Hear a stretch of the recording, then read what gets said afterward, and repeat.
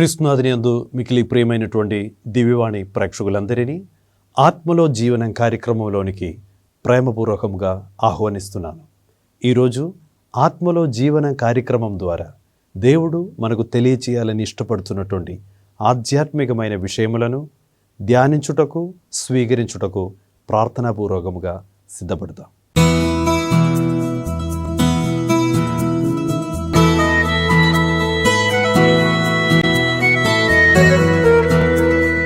ప్రియమైనటువంటి సహోదరి సహోదరులారా, ఈరోజు ఆత్మలో జీవన కార్యక్రమం ద్వారా దేవుడు మనకు ప్రసాదిస్తున్నటువంటి ఒక శ్రేష్టమైన వాగ్దానము గురించి మనం ధ్యానించుకుందాం. ఆ వాగ్దానం ఏమనగా యిర్మీయా గ్రంథం 29వ అధ్యాయం 13వ వాక్యం. దేవుడు ఈ విధముగా చెప్తున్నాడు, మీరు పూర్ణ హృదయముతో నన్ను వెదకుదురు, నేను మీకు దొరకుదును. ఒక మంచి శుభ కార్యము, ఒక మంచి శుభ వార్త ఇదిగో దేవుడు మనకు తెలియచేస్తున్నాడు. దేవుడు మనతో చెప్తున్నాడు, మీరు పూర్ణ హృదయముతో నన్ను వెతకుదురు. ఏ పరిస్థితిలో మీరు ఉండినా, ఎక్కడ ఉండినా ఆ పరిస్థితుల వైపు చూడవద్దు. దేవుడు అడిగేది ఒకటే, పూర్ణ హృదయముతో నన్ను వెతకుదురు, నేను మీకు దగ్గరవాడకపోతున్నాను, నేను మీ దగ్గరికి వత్తును. అద్భుతకరమైన విధముగా, నీ ఊహానికి మించిన విధముగా నీకు సహాయము చేయుటకు నేను సిద్ధముగా ఉన్నాను. మీరు చేయవలసినది ఒకటే, మీరు ఏ పరిస్థితిలో ఎక్కడ ఉండినా కూడా పూర్ణ హృదయముతో నన్ను వెదకుదురు అని దేవుడు ఈరోజు మనలను హెచ్చరిస్తున్నాడు. ప్రియమైనటువంటి సహోదరి సహోదరులారా, దేవుణ్ణి మనం పూర్ణ హృదయముతో వెతుకుతూ ఉండగా ఆ దేవుడు మనకు అత్యంత సమీపముగా ఉండి మనం కలిగి ఉన్నటువంటి పరిస్థితిలో, ఏ పరిస్థితులైనా కూడా మనకు అత్యంత సమీపముగా ఉండి మనలను చేపట్టి నడిపించుటకు కూడా దేవుడు ఇష్టపడుతున్నాడని దేవుని యొక్క వాక్యము మనకు సెలవిస్తున్నది.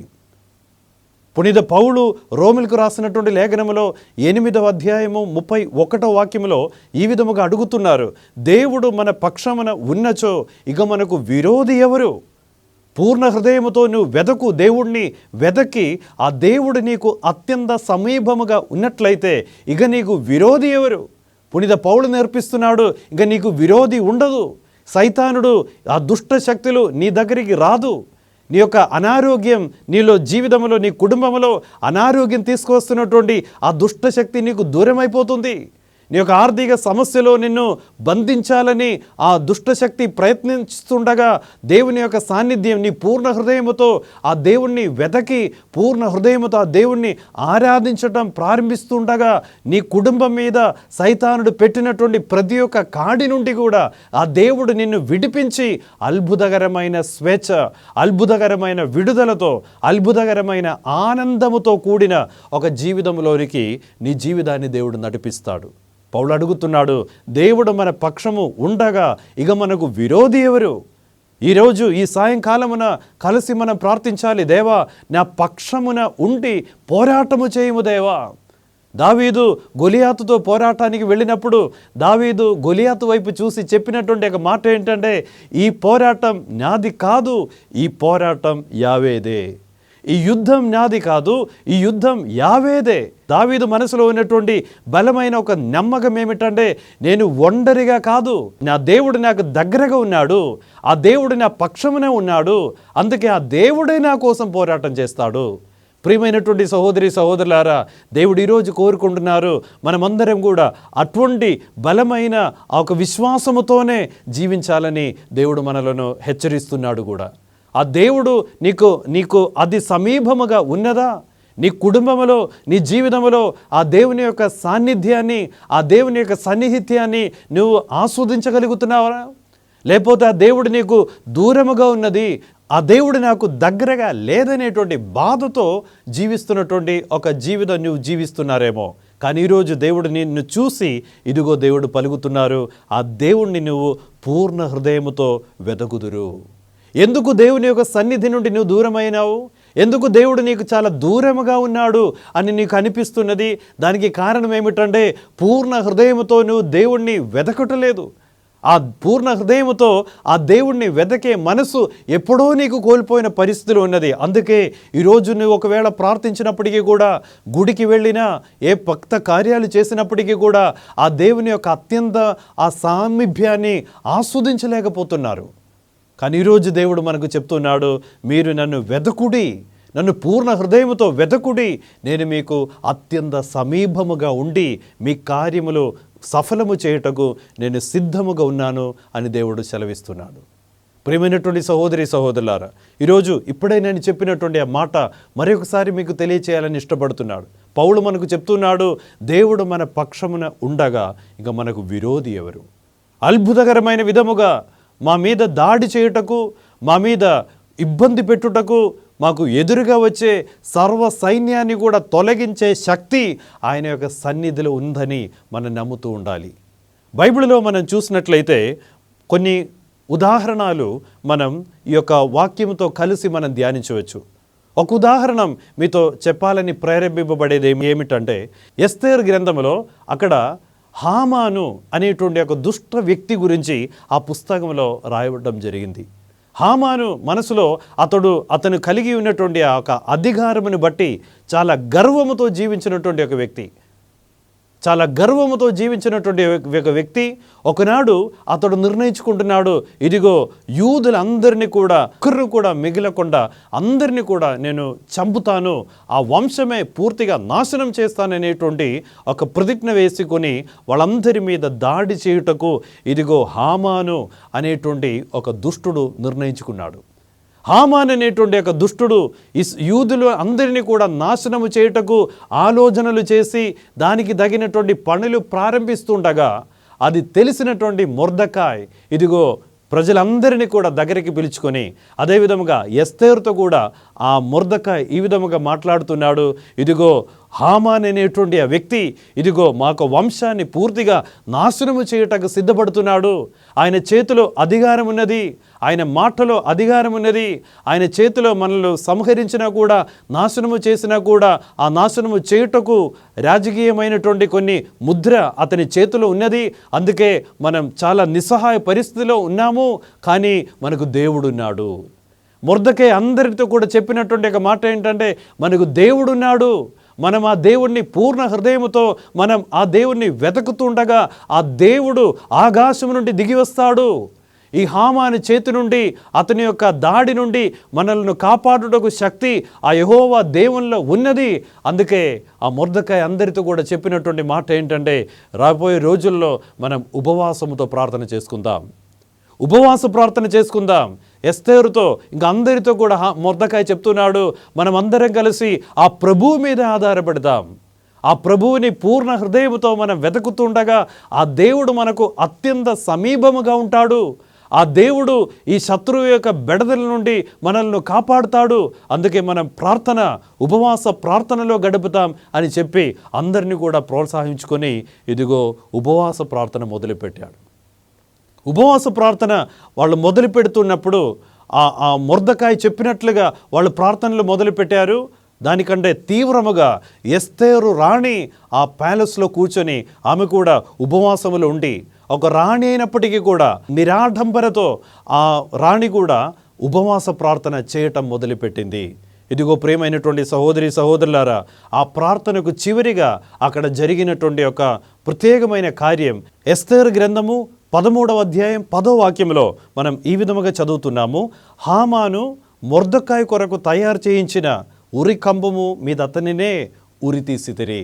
ఆ యొక్క ఉరికంబములోనే ఆ హామానే చనిపోవటం జరిగింది. ప్రియమైనటువంటి సహోదరి సహోదరులారా, దేవుడు మనకు చెప్తున్నటువంటి బలమైనటువంటి ఒక కార్యము ఇదిగో పూర్ణ హృదయముతో ఆ దేవుణ్ణి ఎవరెవరు ఎట్టి పరిస్థితుల మధ్యలో ఉండి వెతుకుతుంటారో ఆ దేవుడు చేయి చాపి ఎంత దుర్ఘటమైన ఎంత క్లిష్టకరమైనటువంటి పరిస్థితిలో వాళ్ళు ఉండినా కూడా ఆ దేవుడు తన యొక్క రక్షణ హస్తము చాపి వాళ్లను ఆ యొక్క ఇబ్బందికరమైన పరిస్థితి నుండి బయటికి తీసుకొస్తాడని ఇటువంటి సన్నివేశాల ద్వారా పవిత్రాత్మ దేవుడు అందరినీ కూడా హెచ్చరిస్తున్నాడు. ప్రియమైనటువంటి సహోదరి సహోదరులారా, ఈరోజు ఈ ఆత్మలో జీవనం కార్యక్రమంలో పాల్గొనేటువంటి మా అందరి జీవితంలో మనం తీసుకోవాల్సినటువంటి ఒక నిర్ణయం, దేవా ఈ రోజు నుండి దేవా పూర్ణ హృదయముతో నిన్ను వెదకు భాగ్యము నాకు దయచేయము దేవా. నీ జీవితంలో నువ్వు కలిగి ఉన్న అన్ని సమస్యలకు, నీ జీవితంలో నువ్వు కలిగి ఉన్నటువంటి అన్ని క్లిష్టకరమైన పరిస్థితికి కూడా పరిష్కారము ఒకటే. నీవు సర్వశక్తి మందుడైనటువంటి ఆ దేవుడిని పూర్ణ హృదయముతో నువ్వు వెదకుడి. ఆ దేవుడిని నువ్వు వెతుకుతూ ఉండగా ఆ దేవుడు నీకు అత్యంత సమీపముగానే ఉండి నిన్ను ఆ దేవుడు కాపాడుతాడు.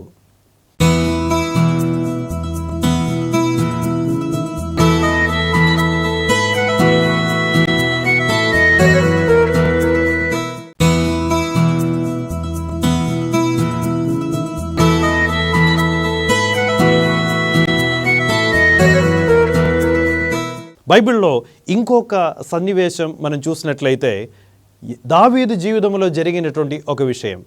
దావీదు ఎల్లప్పుడూ కూడా ఆ దేవుని యొక్క ఆ సాన్నిహిత్యాన్ని ఎక్కువగా ఆస్వాదించుకొని జీవించుకునేటువంటి ఒక వ్యక్తి. ఎల్లప్పుడూ కూడా అతడు దేవుణ్ణి మనసారా ఆ దేవుణ్ణి పూర్ణ మనసుతో వెతకి ఎల్లప్పుడూ దేవుని యొక్క మహిమలో తన యొక్క జీవితం జీవించినటువంటి ఒక వ్యక్తి. గొలియాతు నుండి అతడు ప్రారంభించినటువంటి ఆ పోరాట జీవితం మరణము వరకు ఎక్కడెక్కడ పోరాటానికి వెళ్ళాడో, ఎక్కడెక్కడ యుద్ధమునకు వెళ్ళాడో, ఎక్కడ కూడా తల దించుకొని రాకుండా వెళ్ళిన ప్రతి చోట్ల కూడా అద్భుతకరమైన విజయాలు సంపాదించుకొని ఆ విధముగా జీవించినటువంటి ఒక వ్యక్తి. చివరిగా అతడు ఇట్లా రాస్తున్నాడు. కీర్తన గ్రంథం 18వ అధ్యాయం 33వ వాక్యంలో దావీదు చెప్తున్నాడు, నా దేవుడు నన్ను నేను జారి పడకుండా కొండ కొమ్మున నిలిచినట్లు చేశాను. ఒకవేళ కొందరు అడుగుతుంటారు, దావీదు ఇన్ని యుద్ధాలు నువ్వు చేసావు, ఇన్ని పోరాటాల్లో నువ్వు పాల్గొన్నావు, కానీ ఏ పోరాటంలో కూడా ఏ యుద్ధంలో కూడా నువ్వు పడిపోలేదు కదా, ఎందుకు నీ కాలు జారి పడకుండా ఏ విధముగా ఇంత విజయం, ఇంత ఘన విజయం ఎక్కడికి వెళ్ళినా కూడా నువ్వు సాధించగలిగావు అని అడిగేవాళ్ళు చాలా ఉంటారేమో. కానీ దావీదు చెప్పేది ఒకటే, నేను కాలు జారి పడకుండా, నేను అపజయానికి గురి అవ్వకుండా ఉండటానికి కారణమేమనగా నా దేవుడు నేను కాలు జారి పడకుండా కొండ కొమ్మున నిలిచినట్లు చేశాను. నా కాళ్ళు ఆ కొండ కొమ్మున నిలిచినట్లుగా చేశాడు. ఒక కొండ మీద ఆ దేవుడు నన్ను నిలిపాడు. బైబిల్లో ఆ కొండ ఏమిని మనం చూసినట్లయితే 1 కొరింథీయులకు రాసిన లేఖనములో 10వ అధ్యాయం 4వ వాక్యములో పౌలు ఈ విధముగా చెప్తున్నాడు, ఆ శిల క్రీస్తే, జీసస్ ఈస్ దట్ రాక్ అని పౌలు చెప్తాడు. అయితే దావీదు కూడా చెప్తున్నాడు, ఆ దేవుడు ఆ బలమైనటువంటి ఆ దుర్గమైనటువంటి ఆ దేవుని యొక్క నామము పిలిచి నేను ప్రార్థన చేశాను. ప్రియమైనటువంటి సహోదరులారా, ఇక్కడ చెప్పబడిన కొండ, ఇక్కడ మనం చూస్తున్నటువంటి ఆ దుర్గం అనేది అది ఏమిటి? అది ఒక శిల కాదు, అది ఒక కొండ కాదు, అది దేవుని యొక్క నామము. సమయతుల గ్రంథం 18వ అధ్యాయం 10వ వాక్యం ఈ విధముగా మనల్ని నేర్పిస్తున్నది, దేవుని నామము బలమైన కోట వంటిది. The name of the lord is a mighty tower. అది ఒక బలమైన కోట, అది బలమైన కొండ. ఆ కొండ అంటే దావీదు చెప్తున్నాడు, ఆ కొండ మీద నేను నిలిచాను అనగా ఆయన చెప్పినప్పుడు మనం ఏ విధముగా అర్థం చేసుకోవాలి? అతడు దేవుని యొక్క నామము మీద ఆధారపడ్డాడు. దేవుని యొక్క బలమైన నామము అది బలమైన ఒక దుర్గము. ఆ దుర్గములోనికి తన్ను తాను సమర్పించుకొని ఆ దుర్గములోనే బ్రతికాడు. ఆ దేవుని యొక్క నామం అనేటువంటి ఆ కొండ మీదనే నిలిచాడు. ఆ కొండ నుండి అటు ఇటు కదలకుండా ఆ దేవుని యొక్క నామమును మరి తృణీకరించకుండా, ఆ దేవుని యొక్క నామమును తిరస్కరించకుండా ఆ నామములోనే నిలిచిపోయాడు, ఆ దుర్గములోనే ఉండిపోయాడు. దావీదు చివరిగా చెప్పేది ఒకటే, ఆ దేవుడు నా కాలి జారి పడకుండా ఆ దేవుడు నన్ను కాపాడాడు. 119వ కీర్తనలో దావీదు చెప్తాడు, నేను రోజుకి 7 సార్లు నేను ప్రభువుని వెతుకుతాను. పెద్ద రాజు అయినప్పటికీ కూడా, సమయం తక్కువైనప్పటికీ కూడా రాజు చెప్పేది ఒకటే, రోజులో 7 సార్లు నేను దేవుని దగ్గరికి వెళ్తాను. అన్యుల ఇంట్లో 1000 రోజులు గడుపుట కంటే నా దేవుని సమక్షంలో కూర్చోవడం అది చాలా శ్రేష్టకరమైన కార్యమని నేను భావిస్తున్నాను. నా దేవుని యొక్క సన్నిధి అది బంగారము కంటే, అది వెండి కంటే శ్రేష్టమైనది. నేను నా ప్రాణమున్నంత కాలము అతన్ని నేను వెతుకుతాను. నేను పూర్ణ హృదయముతో నా దేవుణ్ణి నేను వెతుకుతాను. అతని యొక్క నామములో నేను ఆధారపడి నా జీవితాన్ని నేను కొనసాగిస్తాను. ప్రియమైనటువంటి సహోదరి సహోదరులారా, ఈరోజు ఆత్మలో జీవనం కార్యక్రమం ద్వారా దేవుడు మా అందరినీ కూడా ప్రోత్సహించుకునేటువంటి ఒక విషయం కూడా ఇదే. నీవు పూర్ణ హృదయముతో దేవుణ్ణి వెతకుము. జీవితంలో ఎటువంటి పరిస్థితులు, జీవితం ఎంత తీవ్రమైన విధముగా, కష్టకరమైన విధముగా ఆ జీవితం నీకు అనిపించినా కూడా దేవుని యొక్క నామం అనేటువంటి ఆ దుర్గము నుండి నువ్వు బయటికి రావద్దు. ఆ దేవుని యొక్క నామములో నువ్వు ఆధారపడు.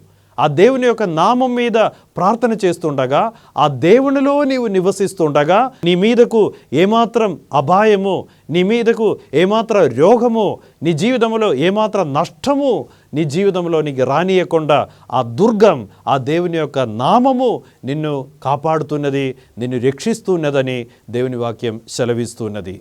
కావున ప్రియమైనటువంటి సహోదరి సహోదరులారా, ఈరోజు దేవుని సమక్షంలో కూర్చుని ఈ యొక్క వాక్య పరిచర్యలో పాల్గొనే సమయంలో మనమందరం కలిసి ప్రార్థించుకుందాం. దేవా, పూర్ణ హృదయముతో నిన్ను వెతకు భాగ్యము నీ బిడ్డలమైన మా అందరికీ కూడా దయచేయము దేవా అని ప్రార్థించాలి. జీవితంలో ఎటువంటి పరిస్థితుల మధ్యలో మేముండినా దేవా, నీ నామము మీద ఆధారపడి నీ నామము పిలిచి ప్రార్థించుకొని ధైర్యముతో, ఏమాత్రం నిరాశలో పడిపోకుండా ధైర్యముతో, బలముతో నిన్ను వెంబడించు బిడ్డలముగా అందరినీ కూడా ఆశీర్వదించుము దేవా అని కూడా మనం ప్రార్థించుకుందాం. కావున ప్రియమైనటువంటి సహోదరి సహోదరులారా, ఈరోజు మనం ఈ యొక్క వాక్య పరిచర్యలో పాల్గొని ఈ చివరి క్షణంలోనికి మనం ప్రవేశిస్తుండగా పౌలు చెప్పినటువంటి మాట కూడా మన హృదయంలో మనం గుర్తించుకొని, పౌలు చెప్పినట్లుగా ప్రభు దేవుడు మన పక్షమున ఉన్నచో ఇక మనకు విరోధి ఎవరు? ఒకవేళ విరోధులను చూసి, శత్రువులను చూసి మనసులో ఆందోళనతో, మనసులో భయముతో, మనసులో అధైర్యముతో జీవిస్తున్నటువంటి వ్యక్తిగా నువ్వు ఉన్నారేమో, దేవుడు చెప్తున్నాడు, నువ్వు భయపడకుడి, నీ హృదయము కలవరపడకుడి, నువ్వు భయపడకుడి. నువ్వు చేయవలసినది ఒకటే, పూర్ణ హృదయముతో నీ దేవుడిని నీవు నమ్ముము. పూర్ణ హృదయముతో ఆ దేవుని నామమునను ఆధారపడము. పూర్ణ హృదయముతో ఆ దేవుడిని నీవు వెతకము. ఆ దేవుడు నీకు అత్యంత సమీపముగా ఉండి నీ ఊహానికి మించిన విధముగా నీ కార్యములు ఆ దేవుడు నీ జీవితంలో జరిగించును. విశ్వసించాలి. ఆ విధముగా దేవుణ్ణి మీద ఆనుకొని నీ జీవితాన్ని కొనసాగించాలని ఈరోజు పవిత్రాత్మ దేవుడు నిన్ను అందరినీ కూడా హెచ్చరిస్తున్నాడు. కావున ప్రియమైనటువంటి సహోదరి సహోదరులారా, అటువంటి ఒక విశ్వాస జీవితం జీవించే భాగ్యం దేవుడు మా అందరికీ కూడా ప్రసాదించునుగాక. చివరిగా ఒక ప్రార్థన మనం అందరం కలిసి చేసుకుందాం. సాధ్యమైన అందరూ కూడా కన్నులు మూస్తూ చేతులు జోడించండి. సర్వశక్తి గల సర్వేశ్వరుడైన ప్రభువా, నీ పరిశుద్ధ నామమునకు మహిమ స్తుతి కలిగిన గాక. దేవా, ఈరోజు ఆత్మలో జీవనం కార్యక్రమంలో పాల్గొనేటువంటి నీ బిడ్డలందరి మీద నీ చల్లని చూపుతో చూడుము దేవా. నీ ఆశీర్వదించు హస్తం నీ బిడ్డల మీద చాపుము దేవా. ఈరోజు వాక్యం తెలియచేసినట్లుగా పూర్ణ హృదయముతో నిన్ను వెంబడించు భాగ్యం నీ బిడ్డలందరికీ కూడా దయచేయమని అడుగుతున్నాం. పౌలు నేర్పించినట్లుగా ప్రభు మన పక్షం ఉండగా ఇక మనకు విరోధి ఉండదు అనేటువంటి బలమైన ఆ వాక్యం ప్రసాదించు ఆ యొక్క వాగ్దానాన్ని విశ్వసించుకొని దేవా, మేము కలిగి ఉన్నటువంటి అన్ని దుష్ట శక్తి యొక్క ప్రభావం నుండి కూడా మా అందరికీ కూడా విడుదలనిచ్చి దేవా, దావీదు చెప్పినట్లుగా ఆ దేవుడు నన్ను కొండ కొమ్మున నిలబెట్టి నా కాలు జారి పడకుండా నన్ను కాపాడి ఉన్నారు అని దావీదు చెప్పినట్లుగా అటువంటి ఒక అద్భుతకరమైన ధన్యతతో కూడిన జీవితం జీవించే భాగ్యం నీ బిడ్డలందరికీ కూడా దయచేయమని నీ పరిశుద్ధ నామములో అడిగి వేడుకొనిచున్నాము తండ్రి. ఆమెన్. ప్రభువు మీతో ఉండునుగాక. సర్వశక్తిగల సర్వేశ్వరుడు పితా పుత్ర పవిత్రాత్మ ప్రభు వీళ్ళందరినీ ఆశీర్వదించి దీవించునుగాక. ఆమెన్.